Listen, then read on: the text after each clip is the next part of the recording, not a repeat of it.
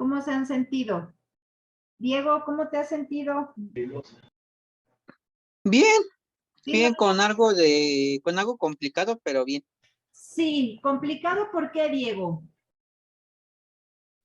Es que apenas voy a entregar la unidad uno, como tuve retrasos tuve económicos, Ok, espero que ya todo... entonces, esa fue la causa por la cual no me pude, conectar a la plataforma ni nada de eso. Ok, espero que ya todo esté mejor. Y bueno, pues vamos a ya que te integraste a la plataforma, en caso de que tengas alguna duda sobre la actividad número 1, porque está muy sencilla, la verdad, pero cualquier cosa, pues me mandas un correíto para poder ayudarte. Y bueno, pues en esta unidad número 2, pues va a ser un poquito, no complicado, la verdad es de que no está complicada ni la unidad ni los temas, son temas que pues que han estado trabajando desde la primaria. Sin embargo, vamos a ver cosas un poquito más concentradas en algunos puntos importantes que tal vez en la escuela o ya se nos olvidó, a través del tiempo ya se nos olvidó, o pues ahorita sí vamos a ver algo diferente, ¿no? No sé si ya ustedes ya vieron los temas que vamos a recorrer en esta unidad número 2, que es bastante larga, extensa, interesante, y pues que la verdad en una sesión síncrona, híjole, no me da la vida. Sin embargo, pues hacemos todo lo posible porque estos temas les queden a ustedes bastante claros, sean pues interesantes, y sobre todo pues que la actividad esté bien ¿cómo se llama? Redactada para que ustedes la puedan hacer de una forma pues muy sencilla, ¿no? María, ¿tú cómo te has sentido? Leí tu trabajo, muy bonito, muy, muy bonito, gracias.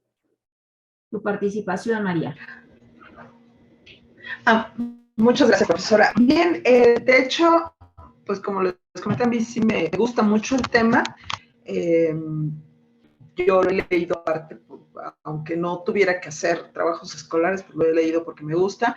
Y aquí lo interesante es que, digamos que yo dejé de estudiarlo formalmente hace mucho tiempo, y ahora que lo estoy retomando encuentro cosas que son... no es que sean diferentes, porque los hechos se estudian ahí, más bien el enfoque de los investigadores cambia porque también hay nuevas formas de interpretar los hechos o hay otras herramientas que permiten que algo que dimos por sentado de una forma, pues ahora adquiera una nueva versión. Es el caso simplemente de entrada con el nombre del tema, ¿no? Como el de Encuentro de dos mundos, cuando a mí me lo es como la conquista, ¿no? Exacto. Pero a final de cuentas, sí, para mí se me hace muy, muy interesante. Ok, pues muchas gracias. Maggie, ¿cómo estás? ¿Cómo te sentiste en la primera unidad? Hola, está bien, bien, gracias. Pues no fue difícil, obviamente, estamos iniciando, pero creo que ya las nuevas unidades van a venir un poco más complejas y hay mucho que leer. Entonces, trataré de no retrasarme y hacer todo en tiempo y en forma. Ok, eso es lo importante. No se atrasen porque pues el trabajo se va cargando y es más difícil poder ponernos pues al corriente. Entonces, sí nos va a costar, si la dejamos, decimos mañana y pasa una semana, ya ven que esto va rapidísimo, y pues obviamente no nos alcanza el tiempo. Y recordemos que no es la única asignatura, sino tienen otras dos que también obviamente requieren de su atención y de su compromiso, ¿no? Tania, ¿tú cómo te has sentido? Toca ya. Hola, Hola. bien, muy más adaptada a diferencia El primer del, bloque. del primer bloque, sí, y a mí también, como dice esta Rocío, siempre me gustó la historia, siempre ha sido como inclinación, me gusta mucho leer, y ahora que nos dejó esta actividad, incluso ver lo de las películas, la verdad lo disfruté muchísimo y estaba haciendo la actividad y dije, wow, recordé cuando estaba haciendo la preparatoria y fue fue emocionante y fascinante, ¿no? O sea, recordar algo que ya habíamos visto, pero pues ya retomarlo y se hizo más interesante y la actividad no se me hizo pesada. Ok, Me gustó, lo hizo con muchas ganas. pues se vio, la verdad es de que revisé las actividades, salvo la de Diego, que yo me imagino que va a estar muy bien ahora que la entregue. Revisé las actividades, bueno, la actividad que me entregaron y bueno, valió mucho la pena porque las 3 preguntas fueron contestadas y sí me di cuenta que investigaron no solamente el texto de Carlos Pereira, sino no hubo una lectura nada más de Carlos, sino hubo lecturas adicionales y también se vio reflejado en que pues estuvieron viendo algunos de los ¿cómo se llama? Materiales que yo les envié, pues sí se notó. Y esa era obviamente la intención, aparte de que, bueno, pues la historia, pues a ustedes esta asignatura, pues les gusta. En tu caso, Diego, ¿te gusta la historia? Honestamente, ¿eh? O sea, porque me han dicho de plano no, maestra, o sea, yo pues, cero con la historia. En tu caso, Diego.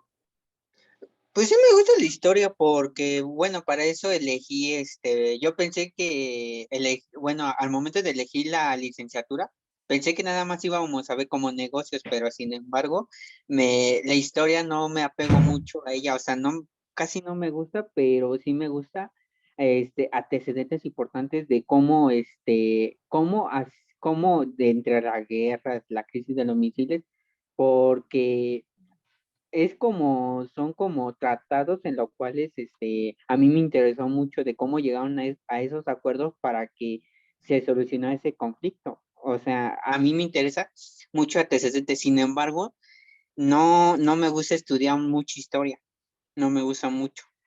Bueno, pues espero que esta asignatura que voy a darte, porque es la primera vez, me imagino que entras a la plataforma, bueno, Él o a las hace, bueno, sesiones, perdón, a las sesiones, bueno, pues espero yo que te guste, porque la verdad está muy interesante y ya yo la verdad es de que no lo hago en el sentido de que te tengas que aprender todos los datos, nombres, etcétera, etcétera. La verdad es que no.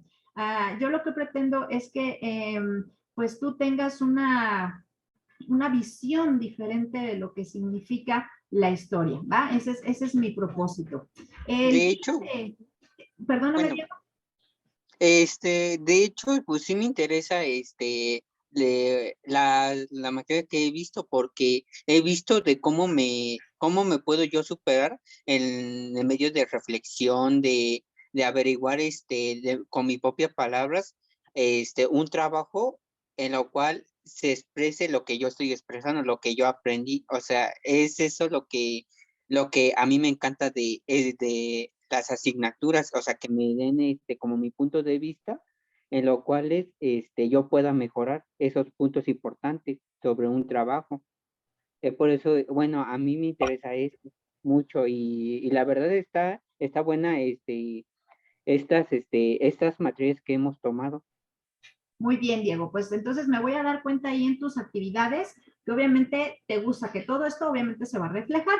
Y para ya apurarme, porque la verdad es de que tenemos muchos temas en la unidad número 2, son bastante extensos, son muy largos, es un periodo de tiempo bastante grande en la historia de México y pues obviamente todo lo que lleva. De verdad les pido que revisen este pequeño foro de plan de trabajo, porque yo aquí les hago una relatoría así pequeñita de los temas que vamos a ver, pero no se los pongo como en forma de lista, sino se los pongo, un relato pequeño de lo más importante y después les pongo aquí la liga del plan de trabajo, que es importante que lo tengan, que lo tengan siempre presente. Si es que tienen alguna duda y demás, el plan de trabajo siempre les va a ayudar.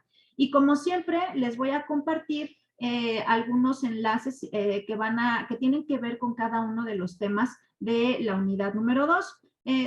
Me gusta que sean estos materiales visuales porque nos da una idea como más real de cómo era la vida, cómo era la política, cómo era la economía en la época en la que vamos a ver ahorita, que es la colonia y el virreinato, y obviamente como es muy grande, o sea, el tema son muchos y son pues muy grandes, estos materiales te dan una mejor visión de lo que estamos trabajando. Uno de los temas más importantes que ustedes tienen que ver, y aquí se los pongo, es las reformas borbónicas. Déjenme ver, aquí está. Este tiene mucho que ver y no nada más tiene implicación en España, sino también aquí en México, y esto también es un tema importante porque nos va a dar pie hacia la guerra de independencia. Entonces, este tema de las reformas borbónicas es muy importante que lo tengan presente, ¿vale? Este sí hay que verlo. ¿Se acuerdan que les dije que no me gusta que sean muy grandes los temas porque hay veces que puede ser pues complicado, ¿no? Por las actividades que estamos haciendo. También de la minería en la Nueva España también es importante porque es parte de la economía de la Nueva España, y esto genera que España tenga, en algún momento dado fue o como potencia mundial, o sea, le ganó, y no como potencia mundial, sino tenía una economía bastante fuerte, sin embargo, no la supieron cuidar, y en lugar de volverse ellos una potencia mundial, ¿cómo les diré? Se confiaron por decirlo así, y entonces, en lugar de ser una potencia, se convirtieron como en una zona o en un país de manufacturas, y esto pues obviamente no era la intención, sino la historia los llevó hacia allá, ¿no? Y bueno, pues otro tema importante, está chiquitito, es un tema importante, sin embargo, el video es de como 3-4 minutos, es la evangelización durante la conquista, que ya hemos visto entonces desde primaria, secundaria y la preparatoria. Me voy a pasar a lo que es, les digo, por favor, léanlo, les va a dar también material para hacer las actividades de esta unidad. Aquí les pongo yo algunas cosas importantes y ustedes obviamente lo pueden tomar como referencia para hacer las actividades. Me voy a pasar a lo que es el foro. Tengo ahí otro, déjenme ver qué más les puse en el otro foro de dudas, me parece. Déjenme ver, porque les puse algunos materiales. Déjenme ver. Zoe, ¿cómo estás? Buenas tardes. No, aquí no. Hola maestra, buenas tardes. Hola compañeros, una disculpa la tardanza. No te preocupes. Qué bueno verte. Hace mucho que no entrabas. ¿Cómo está maestra? ¿Bien? Gracias bien. Igualmente. Muy Sí, bien. disculpe. No te preocupes. Bueno, miren, me voy a pasar a lo que es el foro de reforzamiento. Es que no me acuerdo dónde les dejé un video. Creo que fue en la unidad 1. ¿Me podré regresar a la unidad 1? ¿No tienen problema? No, maestra. Bueno, yo no. Adelante, maestra. Okay. Es que no me acuerdo dónde les dejé un tema importante. Aguántenme, foro de presentación, plan de trabajo, foro de dudas. Espérenme. Es que hay una conferencia que dio, no una conferencia, una entrevista que dio un sociólogo, bueno, no es sociólogo, es aquí no viene, bueno, ahorita lo voy a buscar. Es un periodista uruguayo muy importante del siglo XX, 21. Este señor uruguayo ya murió, Eduardo Galeano, pero Eduardo Galeano se ha caracterizado, o sea, él era periodista, sin embargo, tiene muchos libros acerca de historia y de sociología. Uno de sus libros más importantes de este señor se llama Las venas abiertas de América Latina. La envié por correo, gracias, ahorita lo vemos. Bueno, este libro de Las venas abiertas de América Latina es uno de los más importantes que nosotros como sociólogos lo tenemos que revisar cuando vemos los temas de América Latina. ¿Por qué? ¿Y por qué se llama Las venas abiertas de América Latina? Este señor hace un relato de lo que es América Latina desde la época de la conquista, cómo es que nos conquistaron y por qué somos así. ¿Por qué en lugar de, o sea, a pesar de que teníamos mucho oro, mucha plata, vamos a hablar del caso de México, ¿cómo es posible que nosotros no nos convertimos en una potencia? Por eso les digo que esta parte de las reformas borbónicas hay que revisarla. Y todo viene desde esa época, ¿no? Entonces, este libro de las venas abiertas de América Latina nos habla de lo que somos como América Latina y cómo es que año tras año, siglo tras siglo, década tras década, hemos tenido gobiernos que no han sido buenos con nosotros y que no han sacado lo mejor de cada uno de los países que integran América Latina, ¿no? Entonces, este señor hace como esta crítica, ¿no? Y no es una crítica, sino que él lo hace de una manera muy poética, por decirlo así. Entonces, esta Carmen Aristegui, porque ella es la que le hace esta entrevista, habla de eso y habla de un libro en el 2013 que él sacó, me parece que es en el 2013, que se llama Espejos. Y este libro de espejos, que es a lo que yo quería llegar, es también un libro de historia. Son pequeños relatos, son muy pequeñitos, acerca de lo que significa la historia para él, pero hace un recorrido desde las primeras obras rupestres que han encontrado y lo que significa para él. Entonces hace un recorrido durante todos estos siglos, ¿no? De historia, de la historia humana, con estos pequeños cuentitos. Y es muy interesante cómo él lo relata. Yo lo tengo aquí descargado, les voy a leer, por ejemplo, uno que me llamó la atención, porque les digo que es bastante interesante este libro. Y, por ejemplo, dice, espérenme, déjenme buscar, porque hace son cuentitos que hablan de todo el mundo. Ay, déjenme ver uno rapidito y uno chiquitito para que no me tarde mucho, ¿vale? Dice, de lágrimas somos. Antes de que Egipto fuera Egipto, el sol creó el cielo y las aves que lo vuelan y creó el río Nilo y los peces que lo andan. Y dio vida verde a sus negras orillas, que se poblaron de plantas y de animales. Entonces el sol, el hacedor de la vida, se sentó a contemplar su obra.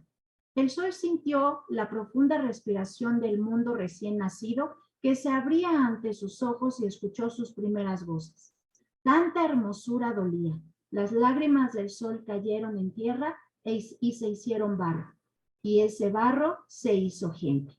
Habla de lo que es Egipto y de algunas historias de Egipto. Y luego, por ejemplo, habla del Nilo. El Nilo obedecía al faraón. Era él quien abría paso a las inundaciones que devolvían a Egipto año tras año su fertilidad asombrosa. Después de la muerte, también cuando el primer rayo del sol se colaba por una rendija en la tumba del faraón y le encendía la cara, la tierra daba 3 cosechas. Así era, ya no. De los 7 brazos del delta quedan 2, y de los ciclos sagrados de la fertilidad, que ya no son ciclos ni son sagrados, solamente quedan los antiguos himnos de alabanza al río más grande del mundo. Y dice así: tú apagas la sed de todos los rebaños, tú bebes las lágrimas de todos los ojos. Levántate, Nilo, que tu voz retumbe, que se escuche tu voz. Y relatitos así como en este libro de Espejos, habla de todo el mundo. Nada más que me voy a tardar mucho porque como lo tengo en, ¿cómo se llama? Así, pues me tardo yo mucho en llegar hasta la parte donde nos corresponde a nosotros. Pero es un libro que habla de la historia. Entonces, por eso se los mandé, bueno, ya Maggie me hizo referencia a que se los mandé por correo. Escúchenla, dura media hora me parece, pero no es necesario que estés pegado si no lo puedes escuchar. Y habla precisamente de esto, pero también le hace preguntas acerca de cómo él ve la historia, lo que significa, etcétera, etcétera. ¿Sale? Ese es un dato importante. Bueno, me voy a pasar a lo que tenemos que trabajar el día de hoy, porque es mucho. Y entonces me voy a la sesión de los temas. Vienen los temas que más me gustan, pero que la verdad son bien largos.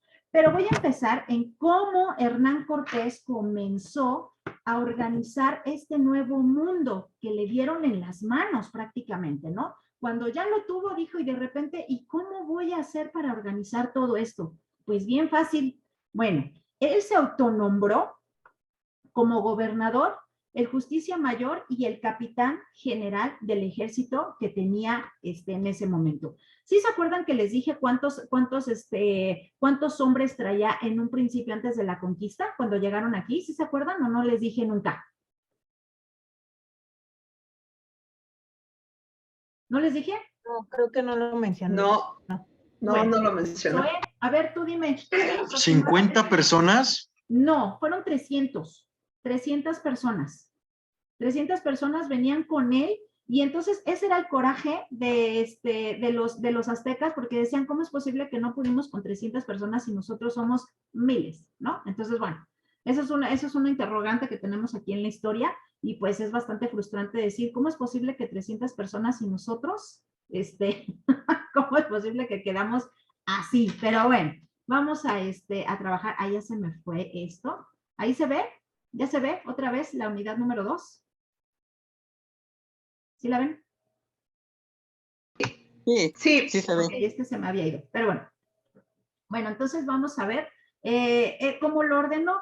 Bueno, primero le tuvo que agradecer a las personas que estaban con él, me refiero a los conquistadores, el hecho de que le hayan ayudado a conquistar un mundo nuevo, ¿no? ¿Y de qué forma le dio las gracias? Se llamaron encomenderos. Estos encomenderos eran, así como la palabra lo dice, una encomienda, o sea, una instrucción que le iba a dar, o sea, te encomiendo que, pero esa encomienda venía con una recompensa, era una recompensa a esto. Vamos a suponer, voy a utilizar aquí a los dos hombres que tenemos en la pantalla y tenemos a Zoe. Zoe le dice Hernán Cortés, mira Zoe, tú fuiste de mucha ayuda, la verdad es que te voy a gratificar con esta encomienda y tú te vas a ir hacia el norte, o sea, hacia el norte de estas tierras y me vas a traer un reporte de lo que hay, de lo que encuentras. Sí, hay otros, ¿cómo se llama? Otros grupos indígenas, quiénes son, cómo son, sus características, ¿no? Si hay tierras, cómo son estas tierras, si encontramos lagos, si encontramos ríos, si encuentras, etcétera, etcétera. ¿Qué tipo de tierra es? Si encuentras una mina, ¿qué es lo que da la mina?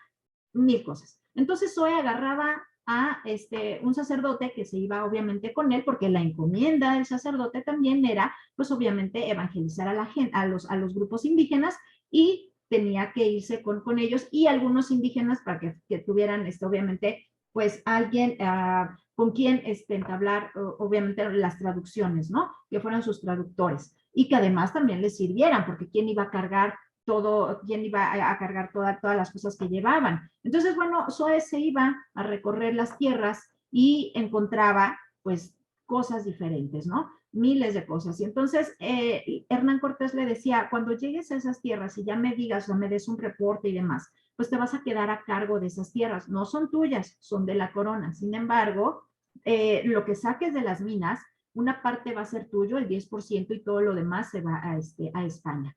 Entonces, obviamente, era una forma de retribuirle el trabajo que había hecho en la conquista. Pero muchas veces esos encomenderos decían, no, pues es que esta tierra no da nada. O sea, me mandaron al Valle del Mezquital acá en Hidalgo, pero no da, pero ni una tuna. O sea, nada. Y entonces, ¿yo qué voy a ganar? Y entonces empezaron a tener problemas. Este gobierno no duró mucho y entonces llegó la primera audiencia, así se llama esta parte.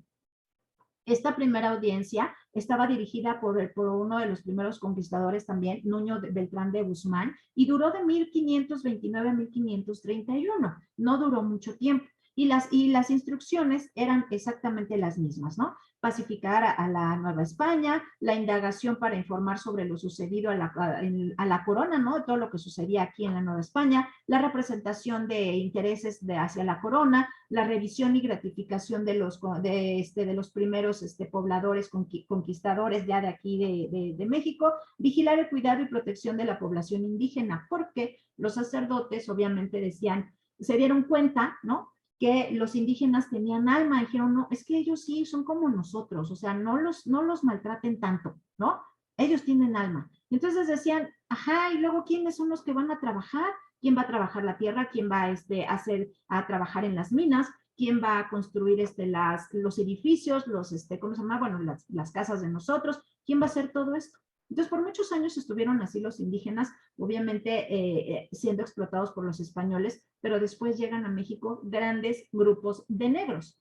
han recorrido las calles de, bueno, más bien, ustedes saben que aquí en México tenemos una población, así como en Estados Unidos se le dice los afroamericanos, nosotros tenemos afromexicanos. Llegaron obviamente de África todos estos grupos, pero no llegaron porque hay unas tierras nuevas, vamos a ver qué onda. No, sino llegaban los españoles a tierras africanas y literal los secuestraban, se los llevaban así, perdónenme la manera en la que lo voy a decir, o sea, se los llevaban como si fueran a cazar animales. Entonces llegaban a los barcos y había familias enteras que se venían porque se habían atrapado, ¿no? Se oye muy feo, pero así era la situación. Si habían atrapado a tu esposo, si habían atrapado a tu papá, pues decías, yo me voy a ir con él, no sé a dónde lo están llevando y en qué condiciones va a vivir. Entonces se venían familias, ¿no?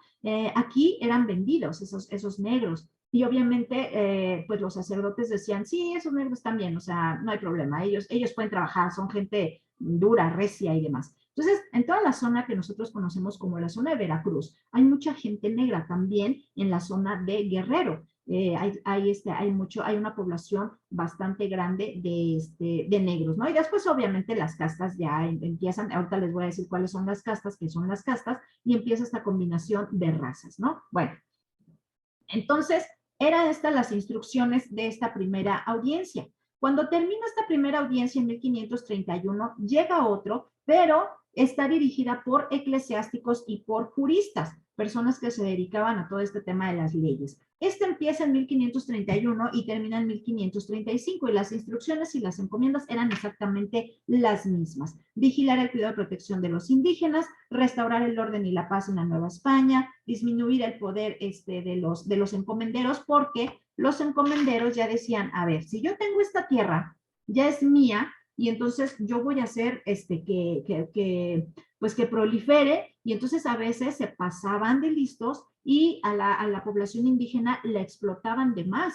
Y además también decían, bueno, a ver, o sea, esta tierra me la encomendaron a mí. Y si yo digo que salen 2 barras de oro, yo voy a decir que sale una o que sale la mitad y yo me la quedo. Entonces, estas audiencias o esta forma de gobierno también llegaba para decirle, no. Aquí las cosas son claras, necesitamos tanto, tú te quedas tanto y así le vamos a hacer. Entonces, por eso hubo tanto cambio de gobierno. Y la última, bueno, pues ya entramos a lo que es el virreinato ya como tal. De aquí hasta 1810, que obviamente comienza o termina este periodo y comienza uno nuevo con la Guerra de Independencia. Pero en este virreinato aquí ya llegaba una persona, ya no estaban los allegados a Cortés, sino aquí ya llegaba una persona que el rey de España le había dicho, tú me gustas para mi representante, tú sabes de varios temas, etcétera, etcétera, estás capacitado para ir y ser mi representante en las nuevas tierras. Y eso fue lo que hicieron. Entonces llegó aquí el primer virrey, que ustedes van a buscar quién es, porque eso es parte también de su chamba. Y este virrey empieza su trabajo en 1535 y tenía las mismas instrucciones: imponer la autoridad de la corona ante los españoles que ya vivían en México y los indígenas, continuar con el reparto y gratificaciones a los encomenderos y ¿cómo se llama? Y a la población que ya vivía aquí en México, ¿no? Ya empezaron a poblar algunas pequeñas ciudades. Por eso hay ciudades aquí en México que son tan antiguas como Zacatecas, como Guanajuato, como San Luis Potosí. Son las primeras ciudades grandes, pero datan, por ejemplo, de esos primeros años después de la conquista de México. Incluso aquí, obviamente, aquí en la Ciudad de México tenemos lugares que todavía, obviamente, existen con una población, no quiero decir rural, porque ya no es rural como tal, sin embargo, conservan muchas tradiciones y costumbres, y ahora nosotros lo llamamos que son barrios originarios, como Mixquic, como Tlalpan, como Milpalta, Tulyehualco, Xochimilco, Coyoacán en algunas zonas. Entonces Iztapalapa también está dentro de estos grupos indígenas, ¿no? Que conservan algunos rasgos desde aquella época. Entonces, los virreyes llegaron aquí, llegaban ellos con su familia, llegaban con su esposa, llegaban con sus hijos, y entonces aquí tenían como una corte pequeñita parecida a la que tenían allá en España con los reyes de España. México en esas épocas se convirtió, junto con Perú, los dos países más importantes de estas tierras conquistadas. ¿En qué sentido? En la economía. ¿En qué? Directamente en la minería. México y Perú eran los que daban más oro y plata, esta producción de oro y plata, y fue por eso que España se hizo rica. Que la regó en muchas cosas, pues obviamente sí, porque no habían tenido tanto dinero, venían de una guerra bastante fuerte después, antes de la conquista en México de los moros contra los españoles, que los había dejado en la ruina total. Entonces, o cuando se ven con todas estas arcas llenas de oro y de plata, pues obviamente derrochaban a manos llenas. ¿Y ustedes qué esperaban que los virreyes hicieran? Lo mismo, exactamente lo mismo, ¿no? Bueno, como ya terminamos esta parte de lo que es, bueno, no hemos terminado, hay muchas cosas todavía por platicar, sin embargo no voy a terminar. Otro de los temas importantes es lo que llegó en México, lo que llegó como por ejemplo, por eso tenemos unas zonas ganaderas. Las zonas ganaderas están en el norte de nuestro país. ¿Alguien ha ido hacia el norte? ¿Conocen hacia Monterrey, Chihuahua, Durango, Coahuila, Nuevo León, Tamaulipas? ¿Conocen esa zona del norte? ¿Sí conocen o no? Levanten la manita, ¿quién sí? Ah, ¿Tú, María? Nadie conoce al norte del país, nadie. Bueno, toda esa parte del norte es completamente perdón. ganadera. Dime. Yo nada más, en Coahuila, las 3 ciudades que son, es Torreón, Ajá.